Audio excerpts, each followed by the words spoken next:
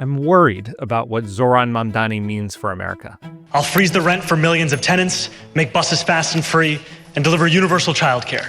And before you ask, I'll pay for it by taxing the rich. In some ways, Mamdani, who's a self-proclaimed socialist, doesn't sound that different from other progressive Democrats.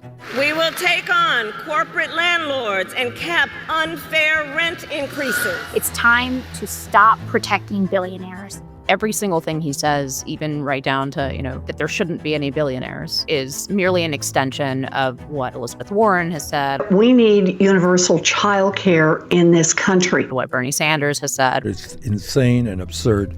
You got people with hundreds of billions of dollars, tens of billions of dollars. The system cannot afford them. He is radical for the Democratic Party, but he's also just being more honest about the policies that a particular wing of the Democratic Party have pushed for a long time.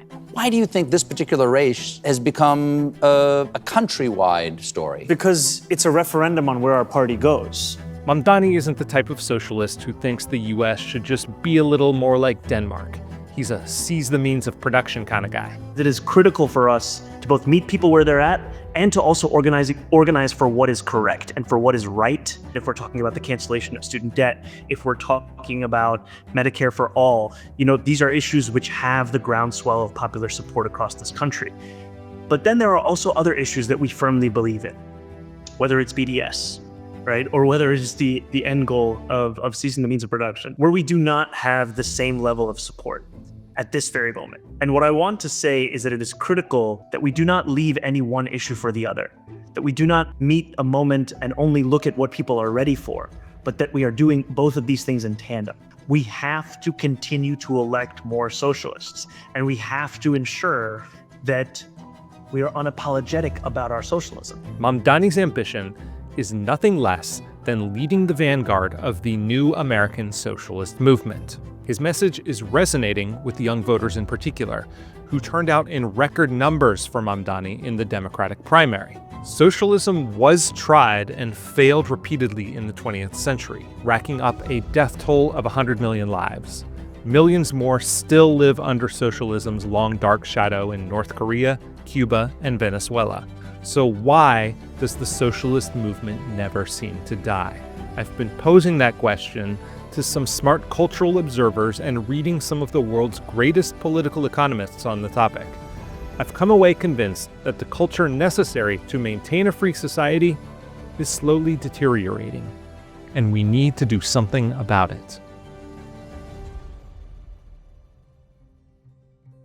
The writer and legal analyst Inez Stepman says Mamdani is primarily a cultural phenomenon.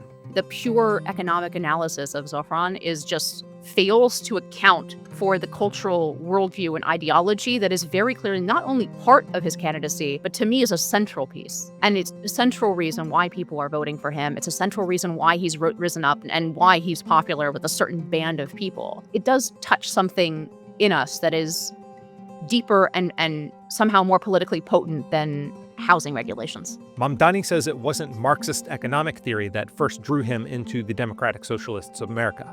My journey in organizing and my journey in politics began with Palestine. It was and continues to be something that I deeply care about.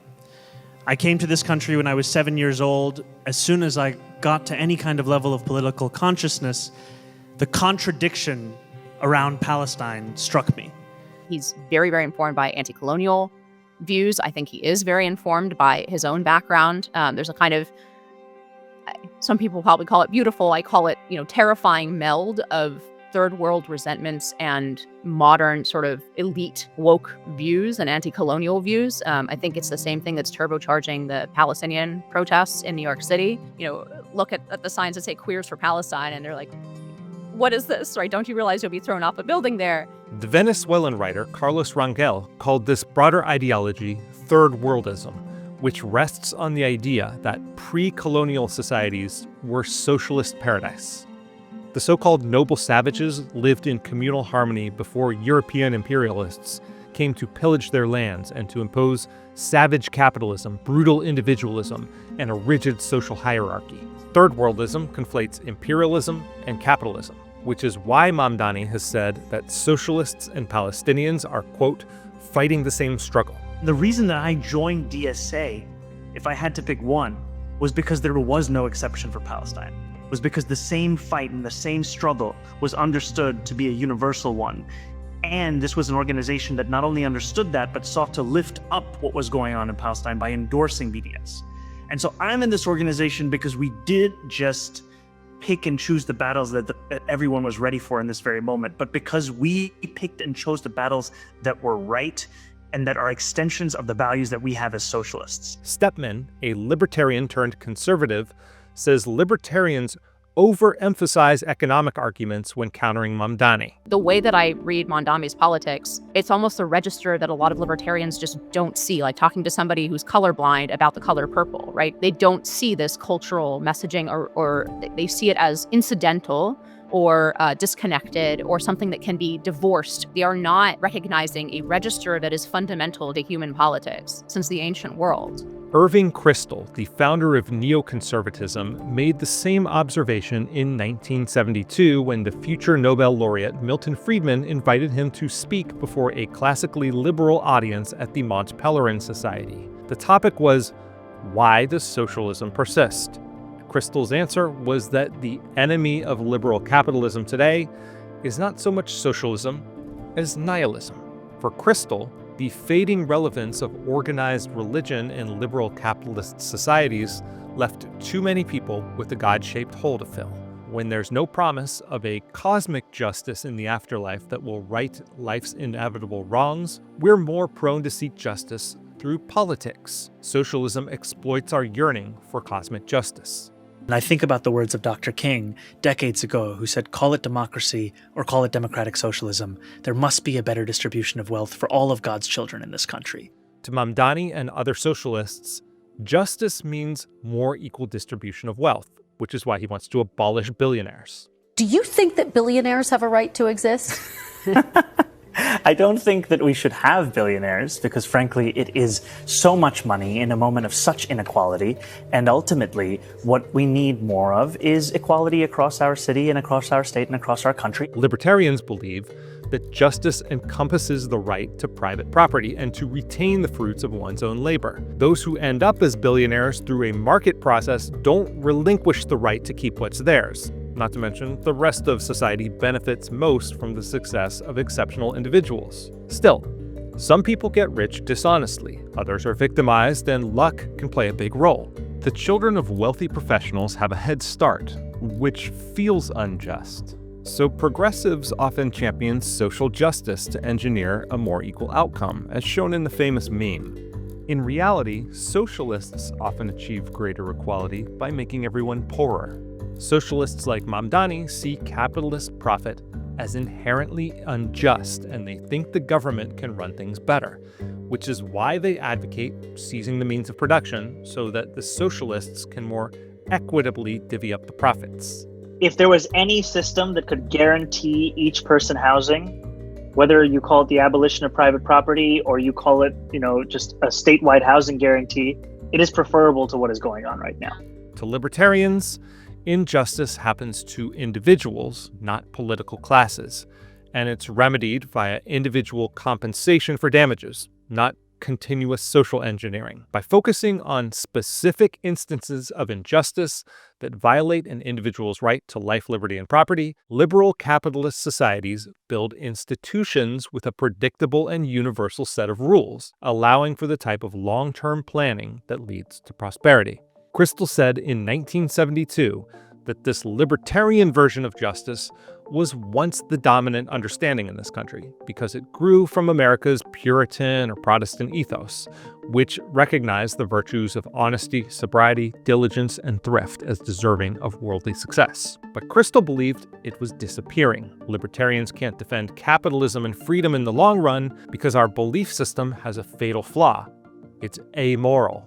Not immoral, but amoral, lacking a concrete set of values. The central thrust of his speech was that libertarianism alone cannot maintain the culture that's required for libertarianism to work. Kristol criticized libertarians like Milton Friedman for failing to condemn the libertine aspects of the 60s counterculture: drug use, promiscuity, the abandonment of family values, because he believed libertarians prioritized individual self-realization as the goal of society. But what if the self that is realized, Crystal warned, is a self that despises liberal capitalism and uses its liberty to subvert and abolish a free society? What happens when self-actualization and the kind of wide liberty that libertarians advocate for creates people and selves who are incapable of upholding, for example, norms of the rule of law around capitalism, who are incapable of not participating in a pure demagogic politics where everybody just votes for more Gibbs? Libertarianism as a philosophy fails because it doesn't have an answer. The answer is just, oh, the government can't do it. But libertarians can fight for cultural values without contradicting any of their fundamental political beliefs. And they should. This isn't the first time we've been in this predicament. The Austrian economists F.A. Hayek and Joseph Schumpeter were asking the same timeless questions in Europe during the interwar years. Why was collectivism taking hold? Schumpeter, who used the phrase creative destruction to describe how innovation spurs material progress by upending the existing order, worried that these same forces undermined popular support for classical liberalism in his 1943 book, Capitalism, Socialism, and Democracy. Schumpeter observed that capitalism has a tendency to destroy the moral authority of institutions like the church, slavery, or the monarchy, but it doesn't stop there. It goes on to attack private property and the bourgeois values that undergird the liberal order. Crystal would make roughly the same observations 30 years later. Schumpeter also noted that capitalism generates enough abundance to support a large class of intellectuals lacking in practical skills who feel underappreciated in a market economy, such as Karl Marx himself, whose father criticized him for his extravagant, disorderly, and degenerate lifestyle. The writer and social psychology researcher Rob Henderson, who coined the phrase luxury beliefs, agrees. One thing that's interesting about New York is I think New York has the highest percentage of people with bachelor's degrees, especially Manhattan in particular, out of any U.S. city. And so you're seeing a lot of people who were promised high-paid positions, comfortable white-collar jobs, nice house, nice life, and didn't come as easily as they'd hoped with the rise of housing costs and the unpredictability of the economy and the rise of AI. We have this tendency, I write about psychology, this upward social comparison. When we evaluate our lives, we don't look at the people beneath us and think, oh, thank goodness I'm not that person. You step past a homeless person in the sidewalk, you rarely think like, thank goodness I'm not that person. But then when you see someone who's doing really well, you might think, well, why does he or she have all of that and not me? Maybe that's why, in New York's Democratic mayoral primary, the lowest income bracket skewed towards Andrew Cuomo, while upper-middle-class voters went for Mamdani. The richest neighborhoods, which would be most affected by high taxes and wealth redistribution, picked Cuomo. So if you're a millennial or an adult Gen Zer and you grew up raised by Boomer or Gen X parents who did have a nice house and you were raised in that kind of comfort and affluence, and then you see your own job prospects and you're in your 20s or 30s and realizing I'm probably not going to get the same size house as my parents, I'm probably not going to have the same kind of comfortable, lavish lifestyle as them, that this makes you want to, I think Turchin in one of his books says, kind of flip the game board over and start over.